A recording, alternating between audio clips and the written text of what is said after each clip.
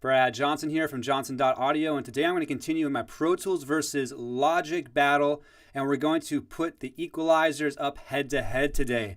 So in this video, we're going to go ahead and take a quick look at all the different equalizers that come stock in both Pro Tools 12 and Logic Pro 10, and we're going to most importantly just take a listen to them and see how they affect the audio, which one sounds better, which has better features. And another thing to take note of that we're going to look at is just how the audio sounds in just Pro Tools and Logic without any equalization. It was actually really surprising to me on this particular video.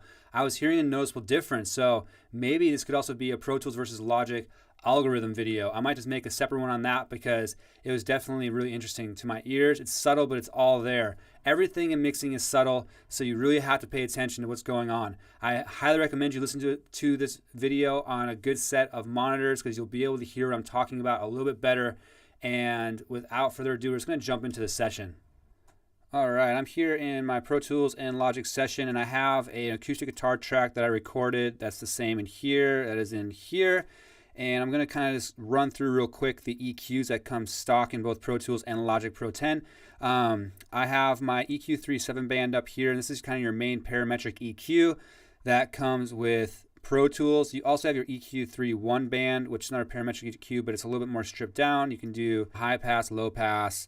You can do notch, filter, shelves, and then your bells. That's pretty cool. It's just a little bit of a simpler EQ. And then there's also in Pro Tools under Air Music Technology, they have this kill EQ, which is basically just a bandpass filter, which just eliminates frequencies. So you can kind of just get rid of a large area of frequency. It's mainly a creative tool. We're not going to get into it here.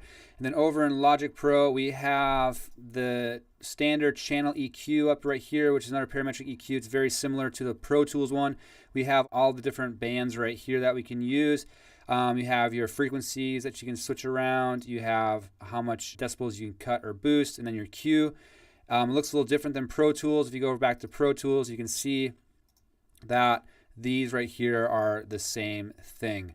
We also have in Logic what we don't have in Pro Tools, which is a linear phase EQ. So when you're boosting and cutting frequencies and create phase, kind of different phase problems, it's not really that big of a deal. Linear phase eliminates that, so it keeps all the boosting and cutting within phase. We'll play around with it, but it's really not that big of a deal. Don't worry too much about it. I don't use linear phase EQs really, so if you have questions about it, you can go and consult the big bad world of the internet, and it'll let you know. We also have our single EQ, which is very similar to that EQ3 1. You don't have the visual representation, so you kind of have to use your ears.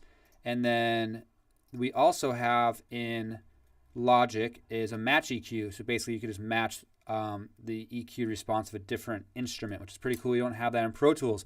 But again, just like in the compressor video, it's not really about all the different tools you have. It's about how they sound. So let's do that. Let's go ahead and listen to the way these EQs sound. We'll start in Pro Tools. I am going to just bypass it, and we're going to listen to the track. So here we go.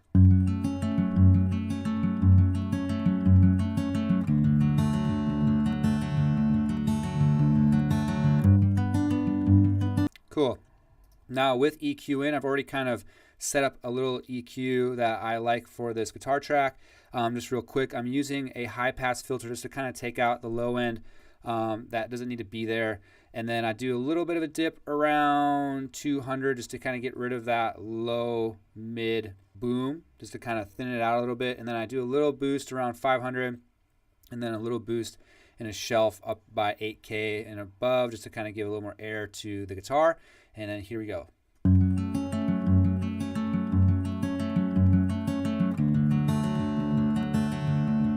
again without it.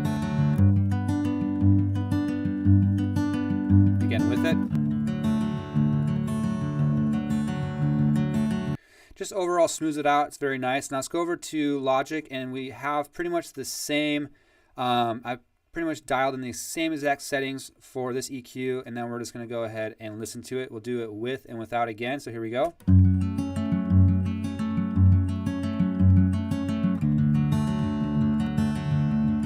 And with it.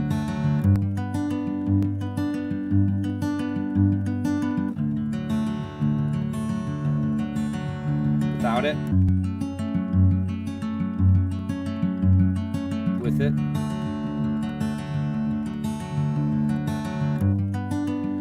Cool, and I'm just going to show you the linear phase EQ real quick. It's the same settings just to kind of give you an idea of what that sounds like. So here we go.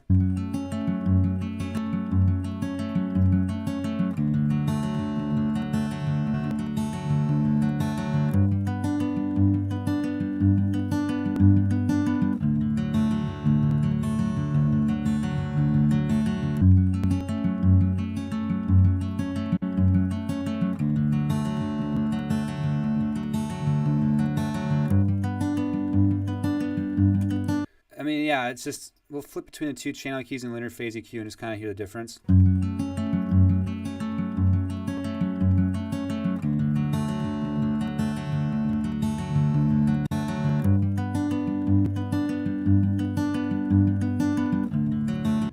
I mean, it is so incredibly subtle that I'm just not going to worry about it for now. So what we're going to really focus on is the sound between the channel EQ in Logic and the channel EQ in Pro Tools. So I'm just going to flip between the two, and then I'm going to talk a little bit about what I've heard in both. This is the Pro Tools again.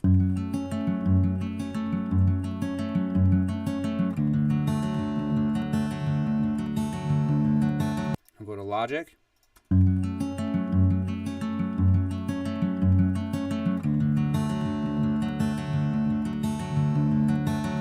Back to Pro Tools.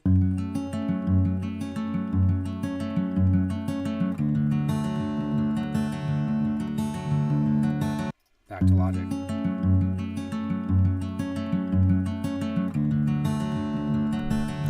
So here's the thing that I find to be very, very interesting that I just noticed really between Pro Tools and Logic is there is definitely a difference. It's very, very subtle, but Pro Tools just seems to have its imaging is just tighter, and that's even without the equalizer in.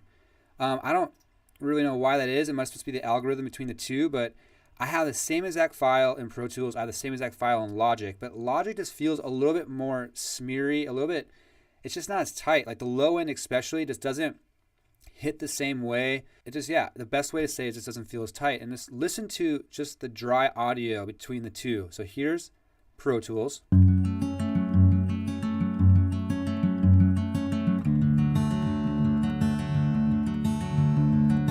And here's Logic.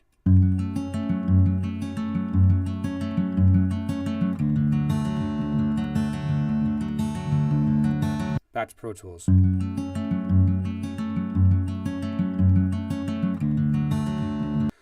And then with the EQ again.